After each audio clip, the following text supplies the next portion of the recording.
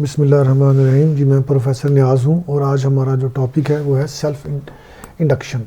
Self induction ये paper में या बोर्ड के अंदर जो क्वेश्चन पूछा जाता है वो कुछ इस तरह से है कि define self induction, drive it's relation with need diagram, या वो कह देते हैं कि एक्सप्लेन विद डिटेल। तो अब सबसे पहले हम इसकी डेफिनेशन करते हैं। तो इसमें जो जैसा कि इसके नाम से ज़ाहिर हो रहा है, तो आपको ये मैसेज मिल रहा है कि इसके अंदर एक ही कॉइल होगी, उसी के अंदर चेंजिंग करंट होगा और उसी के अंदर ईएमएफ इंड्यूस होगा।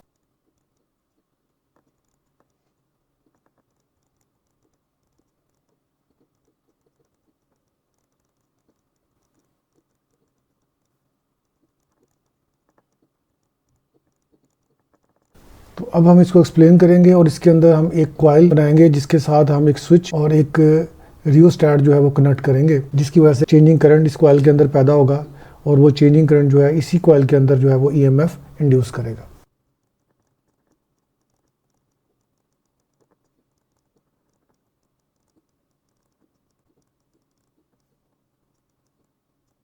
जो हमने लिखा है उसके मुताबिक हम अपनी डायग्राम यहाँ पर ड्रॉ कर लेंगे।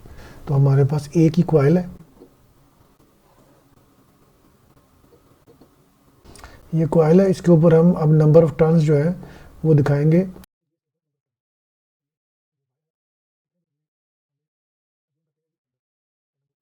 कॉइल आ गई, इसमें प्राइमरी और सेकेंडरी का कॉइल का कोई चक्कर नहीं, क्योंकि इसमें एक ही कॉइल है, उसी के अंदर करंट चेंज होगा और उसी के अंदर ईएमएफ इंड्यूस होगा। तो अब हम क्या करेंगे, और इसकी डायरेक्शन करंट की जो है वो ये इस तरह होगी। इसके कॉइल्स के जो एजेस हैं, टर्मिनल्स हैं कॉइल के, ये बड़े एहतियात से बनाने हैं और पता चले कि कॉइल में जो रोटेशन है करंट की वो फ्लो कैसे है। तो अब यहाँ पर आप देखें वर्किंग ये कैसे करता है कि changing current in one coil. क्यों होता है करंट चेंज? रियोस्टैट की वजह से इसके अंदर करंट जो है वो चेंज होगा। जब करंट चेंज होगा तो हमें पता है कि इसके अंदर चेंजिंग मैग्नेटिक फ्लक्स पैदा होगा। ये चेंजिंग मैग्नेटिक फ्लक्स इसके अंदर ईएमएफ इंड्यूस करेगा। अकॉर्डिंग टू लेंज लॉ के अंदर इंड्यूस्ड करंट पैदा होगा। Direction of the induced current according to the Lenz law हम कहते हैं कि अपोजिट होगी, बैटरी की पोलैरिटी की अपोजिट होगा ईएमएफ, और डायरेक्शन ऑफ करंट भी अपोजिट होगी। ठीक है जी। तो ये कंसेप्ट हम आगे जब इसकी एनर्जी स्टोर्ड इन इंडक्टर पढ़ेंगे तो उसके अंदर भी समझाएंगे। वैसे मैं आपको नॉलेज के लिए बता दूं, यहाँ पर जो इंड्यूस करंट होगा तो वो याद रखें कि ये करंट है और ये वाला जो है हमारे पास ये इंड्यूस करंट है, इसकी डायरेक्शन अपोजिट होगी। ये इंड्यूस करंट है,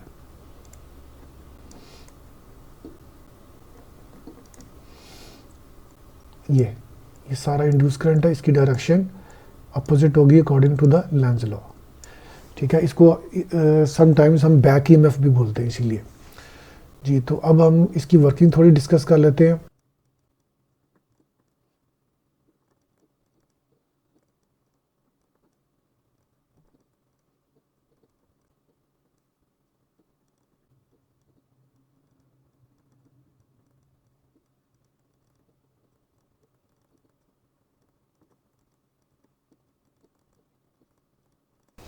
जी, तो हमने लिखा इसमें इसकी वर्किंग में, the changing current in coil due to varying resistance of the rheostat causes changing magnetic flux through the coil which will produce induced EMF.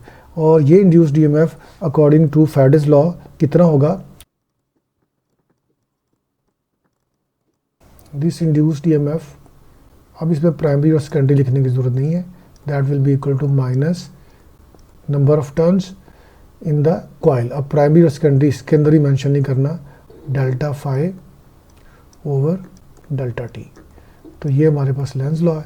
अब यहाँ पर जो डेल्टा फाई हमारे पास चेंज इन फ्लक्स है, तो हम कहते हैं कि लेट, अगर एक लूप के अंदर जो चेंज इन फ्लक्स है वो डेल्टा फाई है, तो एन नंबर ऑफ टर्न्स के अंदर फ्लक्स कितना होगा? तो हम कहेंगे वो होगा एन फाई, ये टोटल फ्लक्स होगा। और ये जो टोटल फ्लक्स जो चेंज हो रहा है ये किसकी वजह से चेंज हो रहा है? तो चेंजिंग करंट की वजह से पैदा हो रहा है।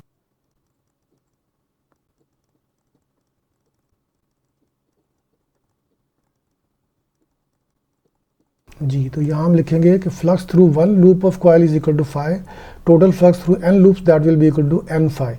अब ये जो टोटल फ्लक्स चेंज हो रहा है, ये क्यों चेंज हो रहा है? ये चेंज हो रहा है due to the change in current in the coil. तो हम यहाँ लिखते हैं अब कि this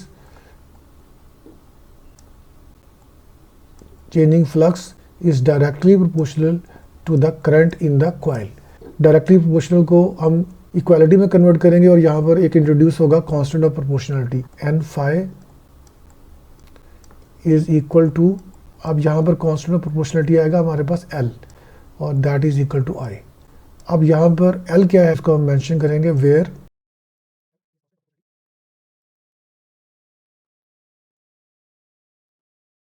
where L is constant of proportionality called self-inductance. It depends upon following factors. ये कौन से फैक्टर पर डिपेंड करता है? तो ये 3 फैक्टर्स पर डिपेंड करता है। Number 1, number of turns of the coils, area of the cross section of the coil, nature of the core material on which the coil is bounded. तो इसमें 3 पॉइंट्स हैं, तो हम इसको नंबर वाइज लिखेंगे।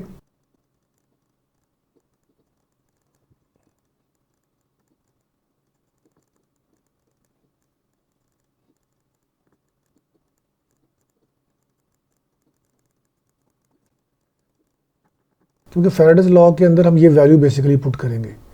तो फार्मूला हमारे पास है फैराडेज लॉ का, that is equal to minus N delta phi over delta T.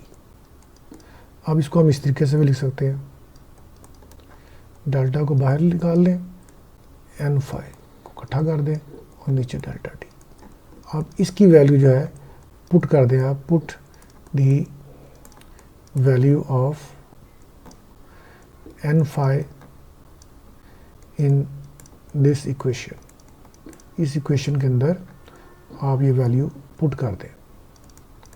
हमारे पास ये आ जाएगा induced EMF that will be equal to minus delta, और उसकी जगह पे वैल्यू आ जाएगी एल आई की, और नीचे हमारे पास है डेल्टा टी। ये डेरिवेशन इसकी इस तरीके से हो रही है। उसके बाद ये डेल्टा चूँकि मल्टीप्लाई हो रहा है तो ये एल के साथ नहीं आएगा, क्योंकि एल कांस्टेंट है, तो डेल्टा का फैक्टर जो आई के साथ आ जाएगा। तो ये हमारे पास रिलेशन बनेगी अब final relation minus L delta I over delta T. तो ये हमारे पास रिलेशन आ गई इंड्यूस्ड ईएमएफ की। इंड्यूस्ड ईएमएफ आप देख रहे हैं that is directly proportional to the rate of change of current in the coil.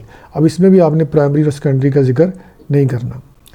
So this implies that induced EMF is directly proportional to the rate of change of current in the coil. तो अब इसको translate कर लेते हैं हम।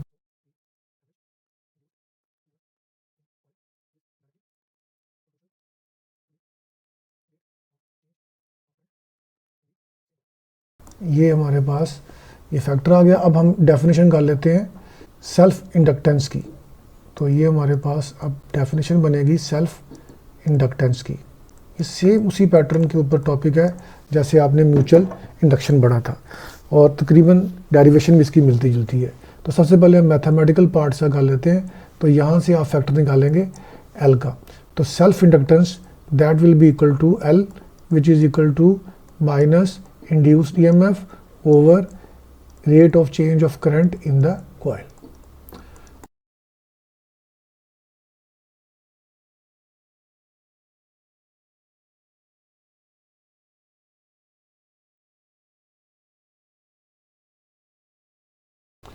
जी, तो ये हमारे पास डेफिनेशन बन जाती है the ratio between average induced EMF to the rate of change of current in the coil is called self inductance. और एसआई यूनिट इसका क्या है? SI unit of self inductance is Henry. Symbolically इसको capital H से लिखेंगे, और इसकी definition जो अब हम करना चाहें कि 1 हेनरी को डिफ़ाइन कैसे करेंगे, तो उसको हम अब वर्ड्स के अंदर भी लिख लेते हैं।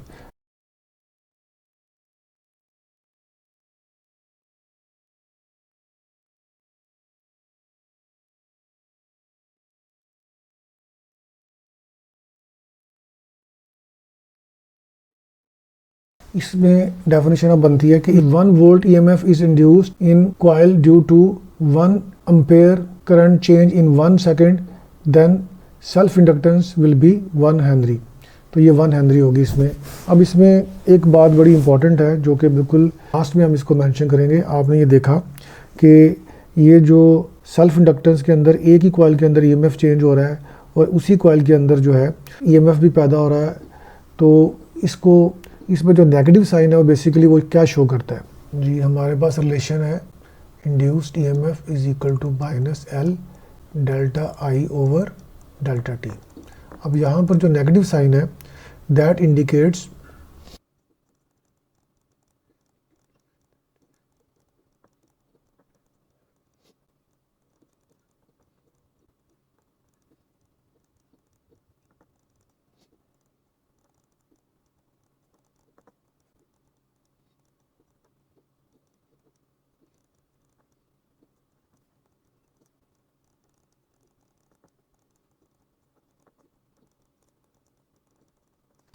जी, तो हमने इसमें बताया कि negative sign indicates that the self induced EMF must oppose the change that produce it. That is why sometimes self-induced EMF is called back EMF. This is exactly in accordance with Lenz law. ये Lenz law के N मुताबिक। इसको अब थोड़ा सा मैं और explain कर देता हूँ। मिसाल के तौर पर सर्किट में हमने स्विच को कनेक्ट किया और करंट ग्रो करता है और करंट इंक्रीज करता है। जब करंट इंक्रीज करता है तो जो इसका सेल्फ इंड्यूस्ड ईएमएफ होगा that will oppose the battery.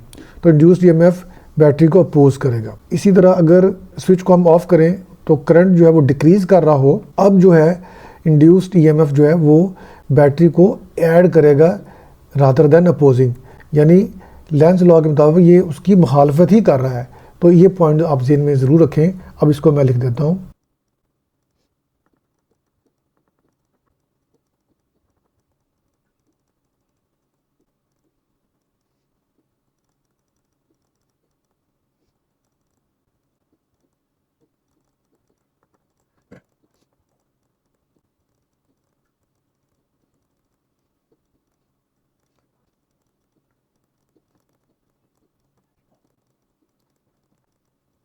जी, तो ये 3-4 पॉइंट्स हैं, बड़े हैं, मैं दोबारा रिपीट कर देता हूँ कि if current is increasing the induced EMF will oppose the change that is opposite to battery. If current is decreasing the induced EMF will add battery. यहाँ भी ये अपोज कर रहा है चेंज को according to Lenz law. Because of self inductors coil को हम sometimes बोलते हैं इंडक्टर। तो ये हमारा आज का टॉपिक था। बहुत शुक्रिया आपका, थैंक यू वेरी मच।